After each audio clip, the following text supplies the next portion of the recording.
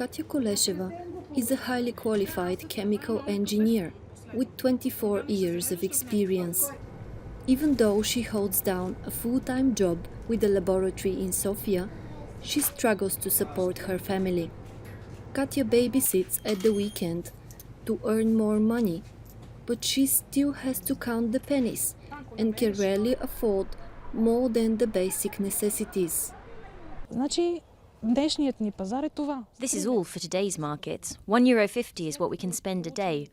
Our family's income is about 950 leva, and when we pay the monthly instalment on our credit to the bank and all our bills, we're left with 220 leva to live on. That's all. Earning just €450 a month together with her husband, Katya is one of Bulgaria's so-called working poor. Trade union statistics show that almost half of the country's 7 million population is in a similar situation. The optimism that swept the ex-communist country when it joined the European Union in 2007 is now all but gone. Even worse than the deprivation is the lack of any hope that this can change. Katya's 60-year-old husband Mircho has a degree with the National Academy of Arts, but he works as a night guard in the local community center, where he also teaches children to draw. We somehow survive, but we cannot afford absolutely anything. That's it. My wife wonders how other people can have cars, go on holidays and travel abroad, while we could not do anything like this for so many years. But that's how things are.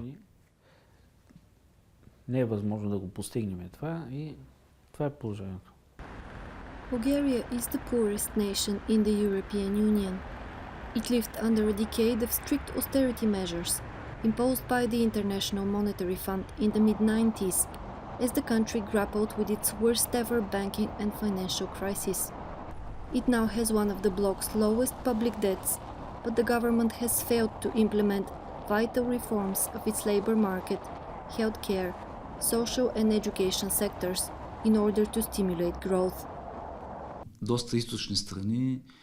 Many Eastern European countries, which also lagged seriously behind the EU, managed to catch up little by little, but they started the reforms earlier.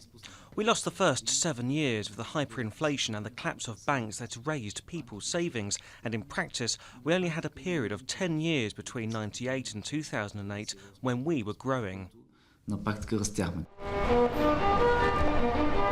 Bulgaria's traditionally low economic activity doesn't help, leaving many to get by however they can. Katya and Mircho's son Martin, who is a music student, chirps in, basking in the street for a handful of coins. But even the upbeat tunes can do little to lift a somber mood.